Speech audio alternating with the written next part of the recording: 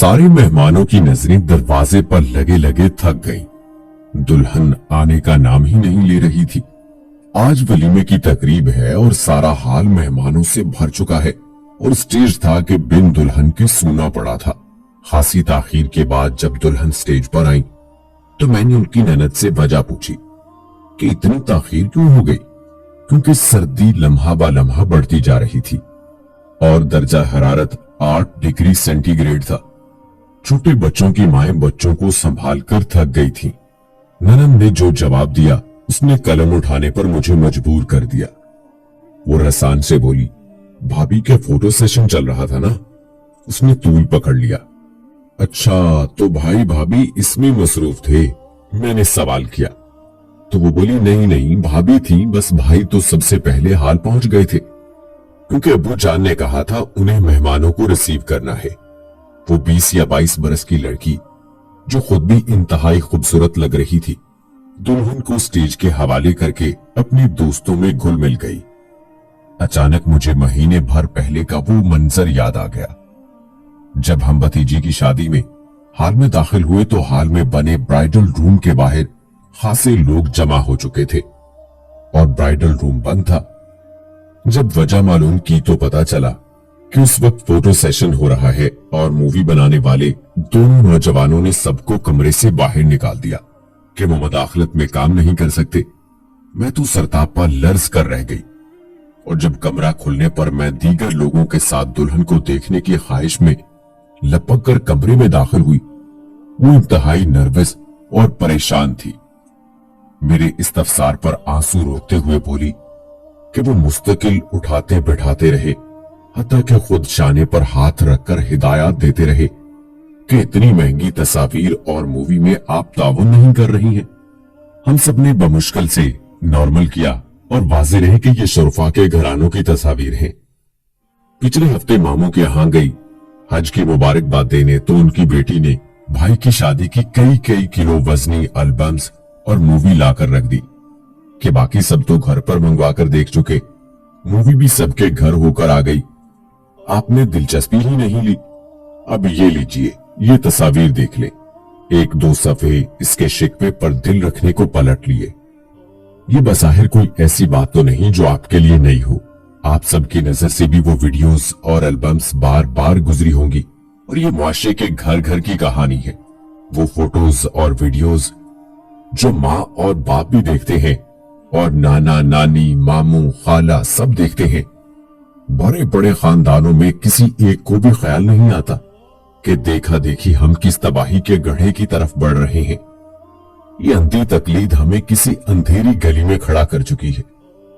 जो कुछ मीडिया पेश कर रहा है, अदाकाराएं इंडिया में जाकर पेश कर रही हैं, वो माशरे का खास तबका है, लेकिन इसका असर नफूज इस दर्जे में कि माशरे का एक हयादार बाइज्जत घराना भी अपनी बहू बेटियों को यूं ही अगयार के लिए पेश कर देते हैं।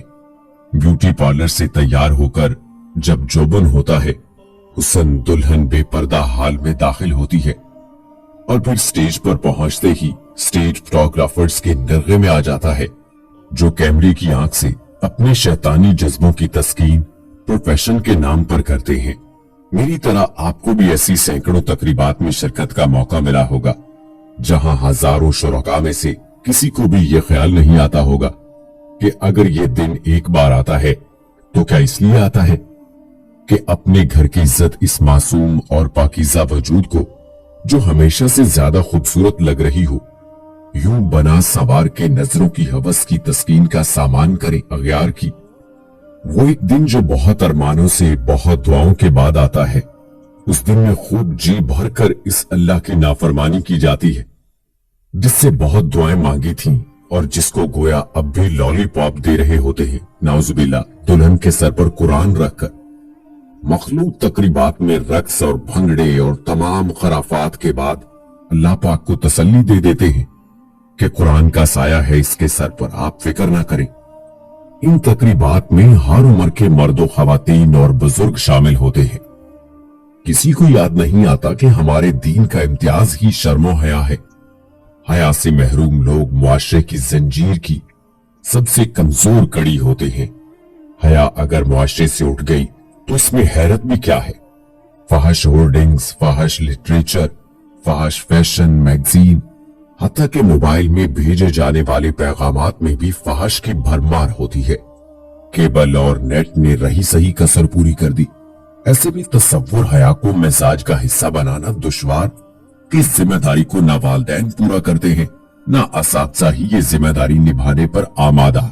जहां कपड़ों की नुमाइश और मॉडल गर्ल्स की मुस्कुराहटें और हुस्न चीजों की कीमतों का तयन करते हैं, फहश मजाक शख्सियतों का हिस्सा बन जाते हैं, बेहयाई के मनाजर लुत्फ का जरिया बन जाते हैं, तब हम अखबारात में छपने वाली इन खबरों पर इजहार अफसोस करते रह जाते हैं कि दरिंदा सिफ्त लोग छोटी बच्चियों को हवस का निशाना बनाकर कत्ल कर देते हैं। टीवी हो या इंटरनेट या मोबाइल फोन के जो मौजूद थे, इन अक़वाम ने उसे अपनी तरक्की के लिए भी इस्तेमाल किया, लेकिन टेक्नोलॉजी की ये तरक्की हमारे लिए वजह खसारान ही साबित हुई है। मोबाइल फोन हो या इंटरनेट, मगरिब का तसव्वुर प्राइवेसी इसकी बुनियादी शर्त है, जो दरहकीकत दलदल का पहला कदम है। वालिदैन ने इन खतरनाक अजदहों के साथ अपनी औलाद को तन्हा छोड़ दिया है। इसकी एक वजह यह भी है, बच्चे इस टेक्नोलॉजी की दानाई में जितनी दूर निकल गए हैं, वालिदैन इसके हरूफ अबजद से भी वाकिफ नहीं है।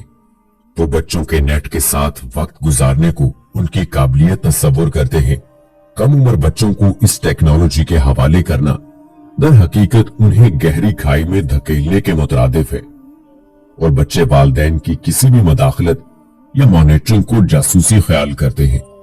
हमारी नौजवान नस्ल में यह हया का फुकदान और पूरे मुआशरे का बेहयाई के कल्चर को कबूल कर लेना बहुत बड़ा खसारा है। ये औलाद हमारे पास एक अमानत है, ये उम्मत का कीमती सरमाया है। ये वो अजीम शान नेमत है जिसकी इल्तजा पैगंबरों ने अपने रब के हुजूर की। दज्जाली फितनों के इस दौर में अपनी आइंदा नस्ल की इस्लामी खतूत पर तरबियत और हया जो बुनियादी अखलाकी सिफ्त है, इसको उनकी शख्सियत का जुज बनाना एक ऐसी अहम जिम्मेदारी है जिसका एहतमाम फौरी और हंगामी बुनियादों पर करने की जरूरत है।